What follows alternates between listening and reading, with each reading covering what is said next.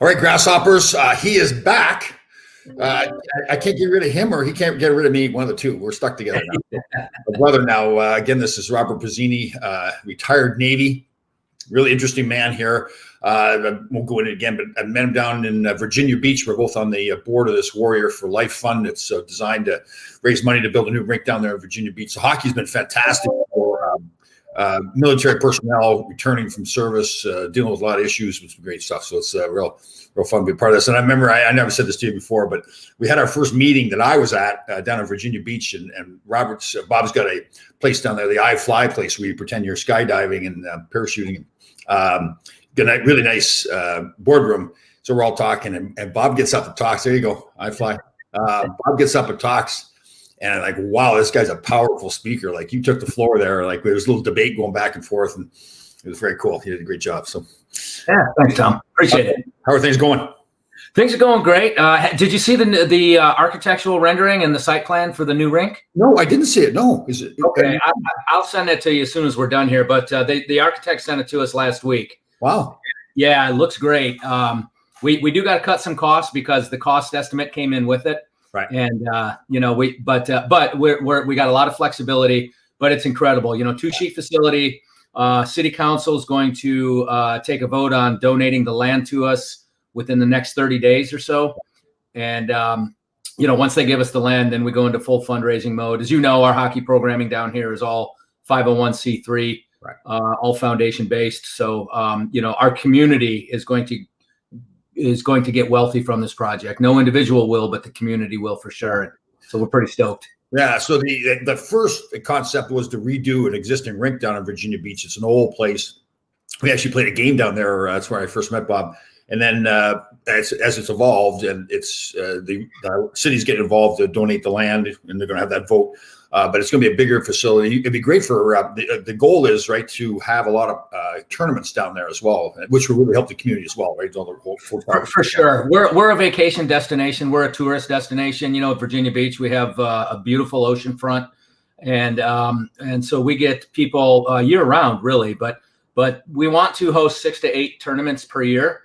And between our facility, the Norfolk Scope, and Chilled Ponds, which has 2 sheets of ice, we could have some pretty big big tournaments. Breakaway at the beach is what we're going to call it. And, oh, nice. Yeah. That'd be a great destination for tournaments, right? Like around here, we go up to Lake Placid. Marlborough, Massachusetts has big rinks set up, and they have those tournaments on the weekends, man. They're packed. Those hotels are doing a lot of business. So yeah, big time. Exactly. Drives the hotel. So we figure, when in our planning, we think 4,000 to 5,000 hotel nights the first year we're open with the new facility.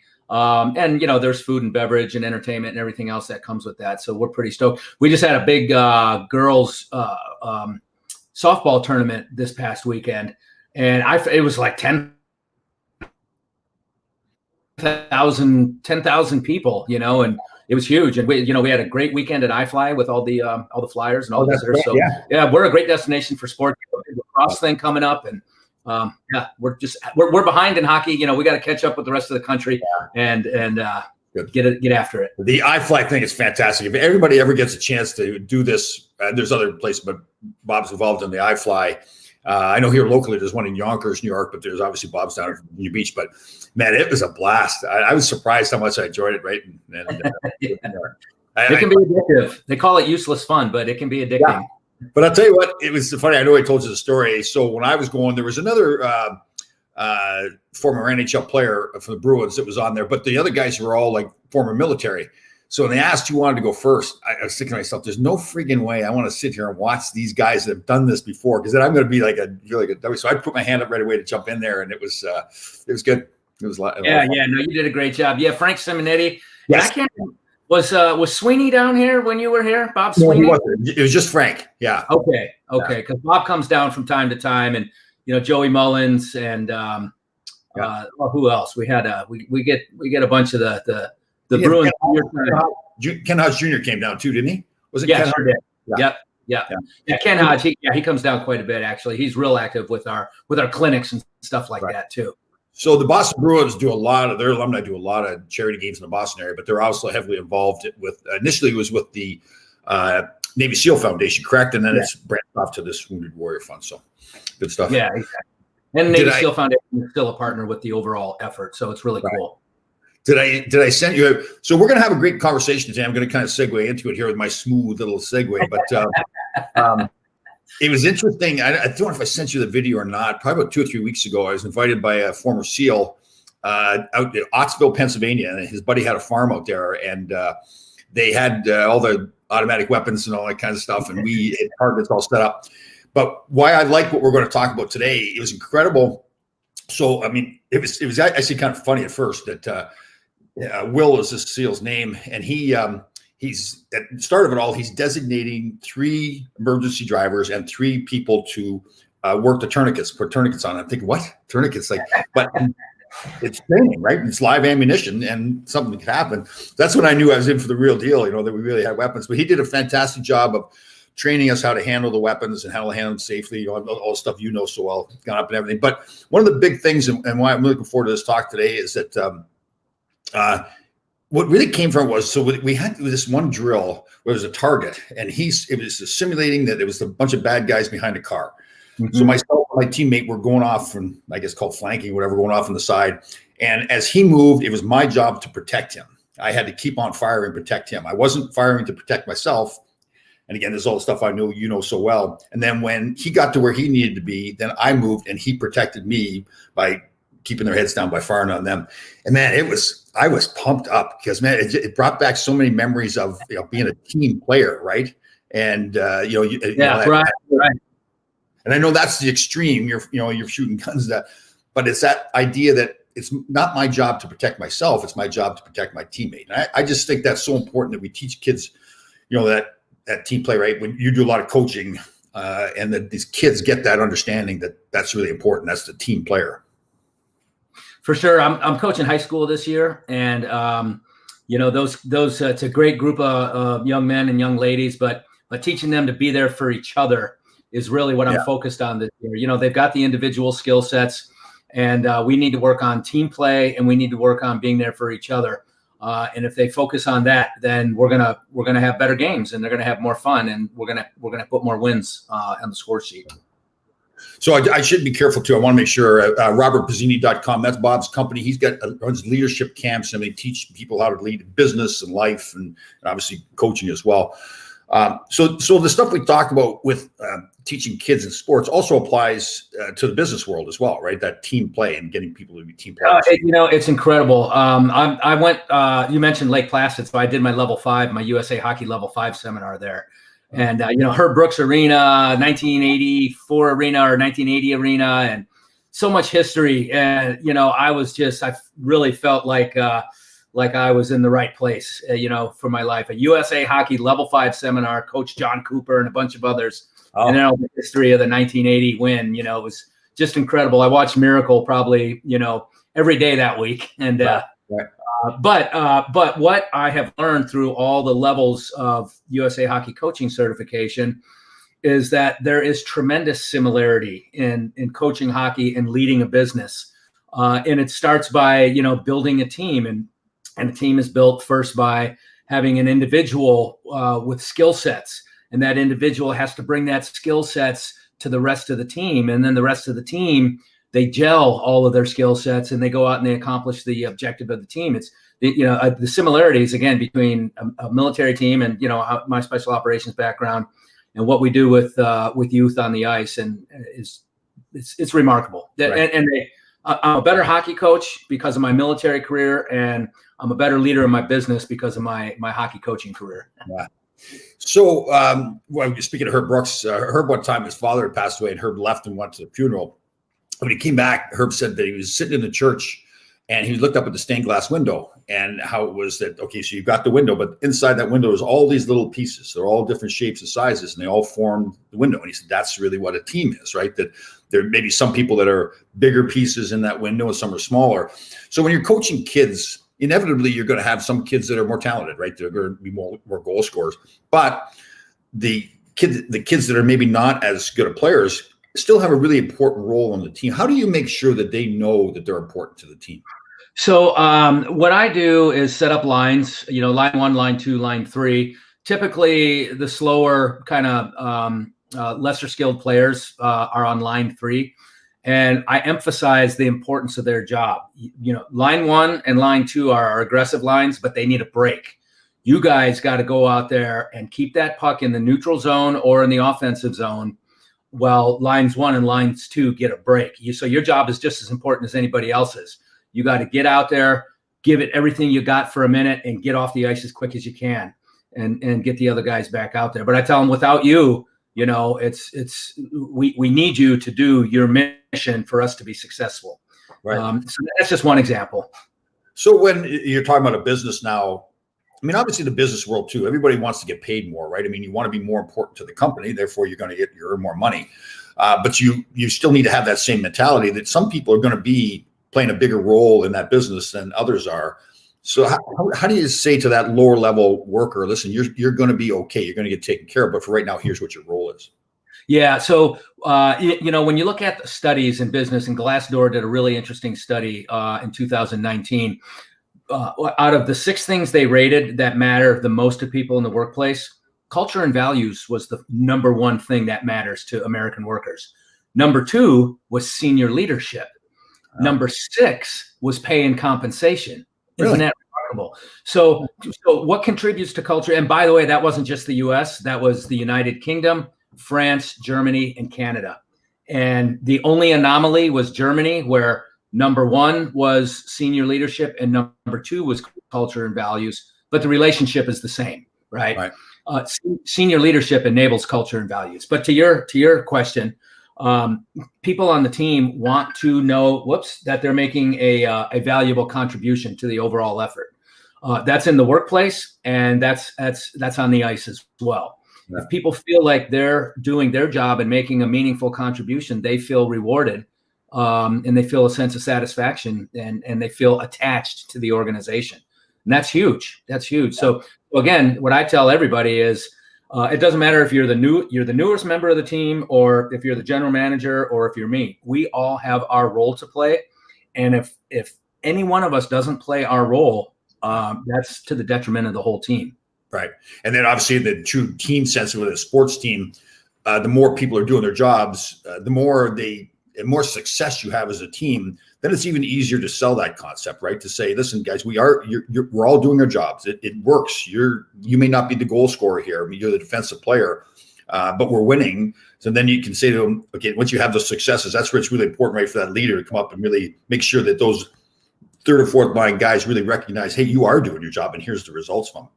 Yeah, for sure. And when they come to the bench, especially if they went out there and did well, when they come to the bench, I'll tell them, hey, good job. You did exactly what I needed you to do. Yeah. Or, maybe I'll say, hey, how'd you do? How'd that shift go for you?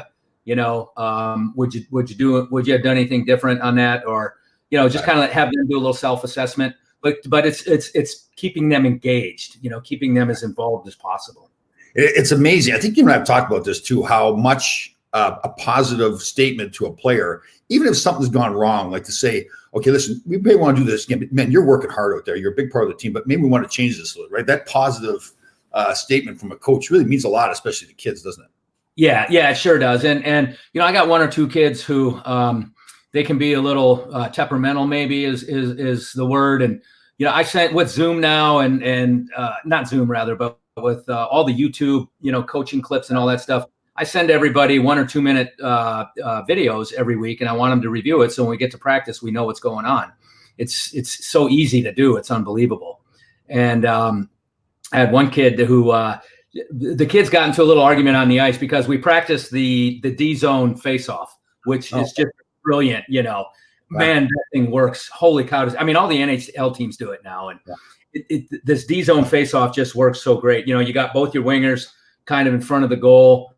Your outside winger goes to the hash mark against the board, right? And it's just it makes your wingers get to the points really quick, and that a lot of times they'll pick up a puck along the way. Anyway, so this kid was lining up where he wasn't at practice the week before. He was lining up where he had always been taught to line up, and the other kids on the ice were going, no, get over there, and he's like, no, I know what I'm doing. Well, he missed practice, so he didn't know the new D zone face-off play. Yeah. He came to the bench, and I said, hey, what are you doing? He goes, they're telling me to go to the wrong place. I was like, no, here's the deal. So I had to draw it out for him real quick. And Right. so drama averted. So and it proves the point too that showing up every day for practice means a lot too, right? Same thing as at the workplace, right? I mean, being there, not just being there, but being there mentally as well, being engaged, right? No, same thing. And I'll tell you how it translates in the workplace, especially in my business. We have a point of sale system, and just to check you in and get you to fly, I got to do the customer service reps have to do about 27 mouse clicks by the time we get everything done. And it's a perishable skill set. So if I have a part-timer that doesn't work for a month, when they come back after a month off, something in that system has changed just a little bit. They weren't aware of it. It's new to them. And so they stumble. So when people, everything we do is generally perishable. The more we do it, the better we are at it. The less we do it, the more we forget about it. Yeah. When I know it's not your specialty really, but like even in relationships, like the family kind of thing too, right? Like if you've got a spouse, girlfriend, boyfriend, whatever it is, it's partly making sure that they feel like they're contributing to the relationship too, right? I mean, it makes sense that should be the way it is. Like if somebody feels like, well, this guy doesn't need me or this woman doesn't need me, well, that's kind of where the problems come in, right? Well, it's the communication is really the same. I have to say, I've been happily married for 22 years, and you have to rub it in, right? You have to rub it in. Well, you said spouse, boyfriend, girlfriend, whatever it is, and I was thinking, well, with some people, it's all three.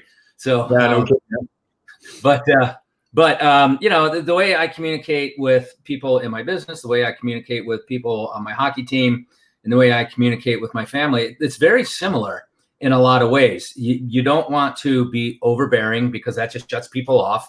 Doesn't matter if it's the family, the hockey team, or the company. And you want to communicate in a way that shows that you care about them, that they hear you. Where I was going with that hockey drill or that D-zone face-off. So that kid got it wrong, and the other kids on the team gave him a hard time about it. But at the next practice, I set him up for success. I said, hey, what are our 4 breakouts? Quick out, wheel, D to D, and reverse D to D. And it's another video I sent out to the kids. And at the start of the practice, I said, hey, what are those 4 breakouts? And he got 3 out of 4. And I said, all right. I said, you missed the 4th one. I'm going to check back with you. So at the end of the practice, he got all 4. I was like, great job, fist bump. Just set him up for success. Set him up to go home being happy about practice and thinking he did good. So at the start of the year, when you get your team together, you obviously maybe in a lot of cases you may know these kids because you've coached them for a long period of time. Let's say you've got some kids you don't know. Do you think it's possible to have like a goal in mind? Like, okay, here's where I want these kids to be, right? Because in my theory, it's nice to, like we've talked about this before too, it's nice to win every game. You always want, and I think we both agree the process of winning is what's important. But for me, I want to win that championship at the end of the year. So I've got to get every player and person to be a better player and person throughout the year. Do you think that way when you're looking at your team? Oh, 100%. That's kind of my focus the whole time. And I'll give you an example. The first game we played, we lost, I want to say 9-2, something like that. They had 40 shots on, we had 15. So our goalie did a hell of a job. Right. We played that same team the second time, and we lost 5-3. They had 30 shots on, we had 25. Right. So, a lot of people go, damn, we lost to them again. I looked at the scoreboard and the score sheet, and my debrief was, guys, look at how much better we did than last time. We are moving in the right direction. We played these guys 7 more times. I can't wait until that 7th game, So we've already started to turn it around. See, we can't say the same thing about the New York Jets around here. They're not turning around too well. Our Jets are 0-7, so I'm more of a Giants fan, but our Giants are like 1-5 or 1-6 or something. But yeah. Are you now? You're a Bruin fan. Are you also are you from there? So you like a Patriots fan too? No. I'm actually, I grew up in Chicago, so I'm a Blackhawks fan at heart. But okay. A Bruins fan come lately, so to speak. Because of the whole Warrior for Life Fund and. Because of the Bruins, the not just the alumni, but the Chara and heck, I mean, the whole team, we were at the practice facility, Bergeron and I don't know, why am I the winger, Pasternak or no, Brad, guy. Why am I Brad Marchand? Yeah, you got Brad.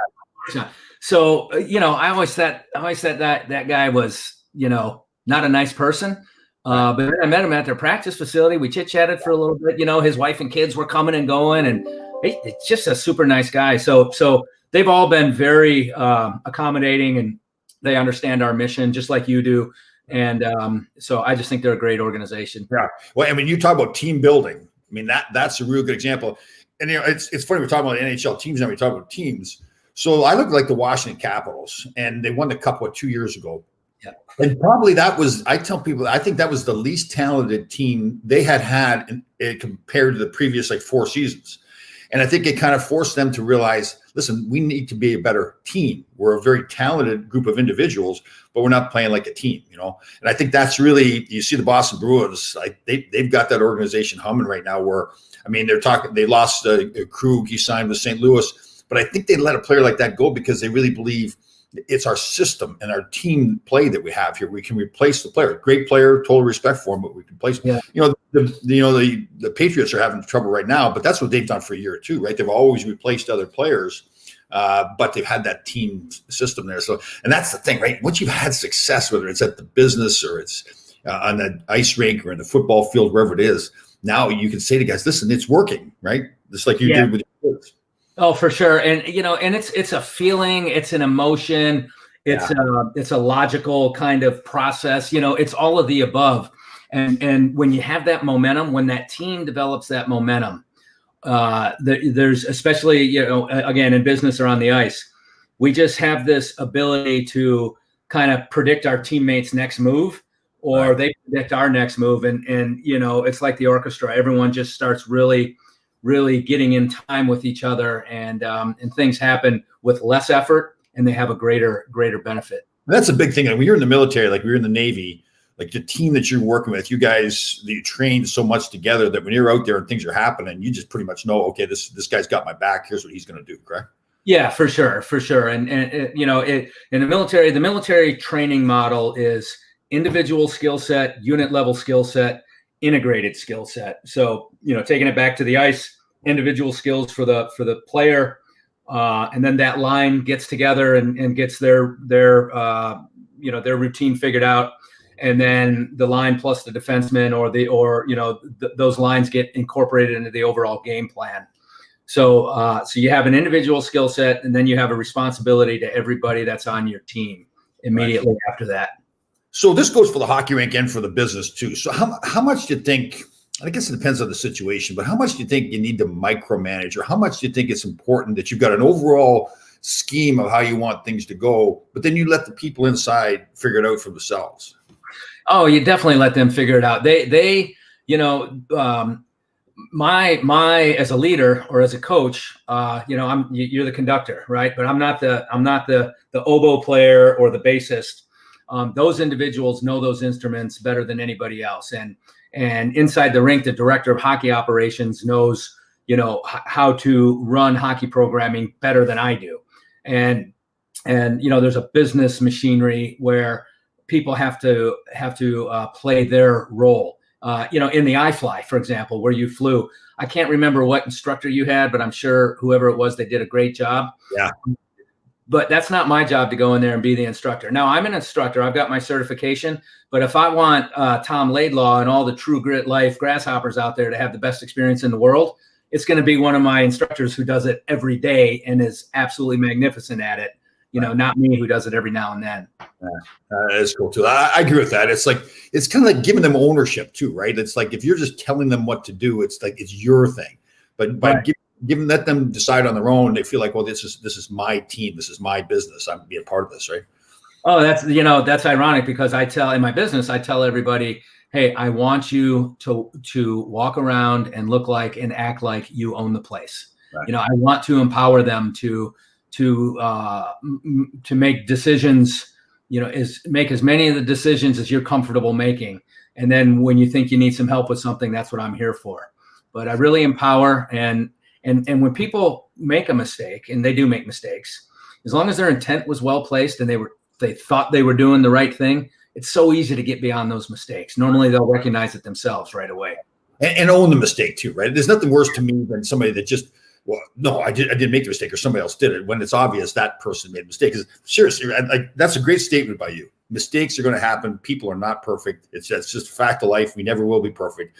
And once you make that mistake, to try to prolong it, I think you see this. So I mean, this is awful because the election's coming up. You see this so much in politicians, right? They've done something and they just deny and deny and deny. Yeah. It's better to just say, yes, I screwed up. Right. Yeah. That part of the process is then done. Now you get to the point where now you're fixing the mistake. Right. Yeah. Just own it and move on. There was a point in my military career where I made a pretty big mistake, and it actually put people at risk. And my commanding officer at the time, when it was all said and done, he called me into his office and he said, "How in the heck could you have made that mistake?" And, it was out of self-interest. I made a conscious decision not to follow an order, or my decision was, we're already in motion here. We're going to start following that order first thing tomorrow. And it was just a terrible mistake. But, 3 days later, I'm in his office and we're having a discussion, and I owned it like you would not believe, and I felt terrible about the whole situation. But what I said was, if I could go back in time, I would absolutely change that, but we can't. I know I was wrong, and I know that you have to do what you have to do. And personally and professionally, I accept whatever you think. Yeah, I actually thought I was going to leave his office in handcuffs. So, is that right? Oh. Yeah. But and he was looking for me to wiggle. He said, "Did you understand the order? Did you get the order?" He was looking to see if I was going to own it or if I was going to wiggle out of it, and I owned it. Right. And because of that, he put me on a path for recovery. He said, "Okay, you screwed up. It's going to hurt. I'm gonna apply some pain, but right. You can recover from this. It's up to you." Isn't that like late in my, I've dealt with the media many times, and I was in the agent business representing a player, and we were just about completed the contract, and a reporter had called me, and I knew the reporter. It's not like we were best friends, and he's got a reputation of being totally a straight shooter, but he comes after everybody. Like, if you say something to him, he's going to print it. And there's some other people in the media, that they're maybe more friendly with you, and you can say things and he'll protect you and all that kind of stuff. But I knew exactly what I was getting into. And he'd asked me a question. I answered the question more thinking that I'm having a casual conversation with him. And then the next day he wrote exactly what I said. It was a really derogatory comment towards, it wasn't meant that way, but it came out as a really derogatory comment towards the team we were dealing with. And I knew the people that were running the team, the general manager, and in fact, one of the assistant general manager was an old teammate of mine. I called up the assistant general manager right away, and I said, "Listen, I wasn't misquoted. It wasn't taken out of context. I made the statement. I should not have made the statement to that gentleman at all. And I'm not throwing the reporter under the bus. He did nothing wrong. I made the statement, and it was over with. Nothing more you can say, right?" And I think that's the key, that people think, God, I can get away with this. There's the old story where kid steals a chocolate bar from the store and the parents find out. You don't try to hide it. You walk the child back to the store, give the chocolate bar back to the store owner, and what's the store owner going to do, right? Yeah, exactly. Yeah. Now, 3 things out of my experience there. Number one is when you work for somebody, you have to give your leader 100%. Yeah. If the coach says, "Here's the play we're going to do," doesn't matter if you agree or disagree. You've had a chance to have your say. Now the coach makes the call or the business leader makes the decision. We all need to get in line and execute that plan. Right. So number one, you owe your leader 100%. Number two, as a leader, you have to expect 100%. You have to require 100%. Because if you accept less than that, that's what you'll get every single time. And number 3, and most importantly, is when people come up short, and they will, as long as they own it and they're bought into it, they're bought into the mission, and they own the shortcoming. Get past it, put them on a path for recovery, and let's all be bigger, better, stronger, faster. And I like what you said before too, was that that boss or coach has to show that he cares about those people too, right? So then if they know he cares about them, they're much more likely to follow the path that the owner puts down, because they're saying, "Hey, listen, I may not agree with it totally, but I know that he cares about me as an individual, so he wouldn't be doing this unless he really thought it was the right thing to do," right? Yeah, and that goes back to that culture and values. Knowing your boss cares about you is part of the culture and values of an organization. There's a saying out there, nobody cares about what you know until they know that you care. Nice. I like that one. I'm writing that down. Yeah. That's anonymous. I've heard it, a few times in different forums. You got to take ownership of it. You should say that's the Robert Pizzini quote. What are you talking about? That's a good one. Good. Well, I love these chats we have, and we're gonna have them every week, obviously. And a lot of us, again, it's leadership, it's team play, and really the reality is most of the stuff is pretty much common sense. But I think sometimes some of these things get lost, right? I mean, like the notion that you should just own your mistakes is a pretty common sense concept. It's just that I think sometimes in the world, and frankly, we do when you're on TV or social media, it seems like you don't necessarily always see that happening from people that are supposed to be our leaders. So. Oh no, you don't. It's shocking how much you don't see it. Yeah. It really is. And I guess in my case, I've made enough mistakes in my life to where I've learned from them. Yeah, totally. But I've definitely made them. Isn't that the big thing, right? Because you look back and you think to yourself, what was I thinking? Some of the decisions I made. But probably tomorrow I'll make another mistake and I'll look back and go like, how did I make that? Yeah, for sure. But and you know what? Like I love that part too. That once you understand that you're not perfect and you make a mistake, it is so much easier to recover because you're not sitting there trying to figure out, why did I do this? It happened. I was giving my best. Now it's time to move past. I got to fix the mistake and move on and get going. So, yeah, exactly. All right, Robert. Now, again, everybody, if you want to get a hold of Bob, robertpizzini.com. You see that on the screen there. Fantastic leadership stuff. When you hear, obviously you've heard him talk here, but when like I said before, when you get in front of a group of people and, there's some pretty alpha males in that group of people that we were talking, you took command there. It's fantastic. So if anybody wants to get a hold of Bob, he's got his leadership camp there, robertpizzini.com. And seriously, if you're down in Virginia Beach, you want to have some fun, going to the little iFly there too. So you made dents on the wall there where my head was banging off the wall. No, it wasn't. You had your helmet on. Yeah, that's right. Total safety. You're right too. All right, Bob. Thank you very much. We'll see you again next week. Okay. Thanks, Tom. Love it. See ya.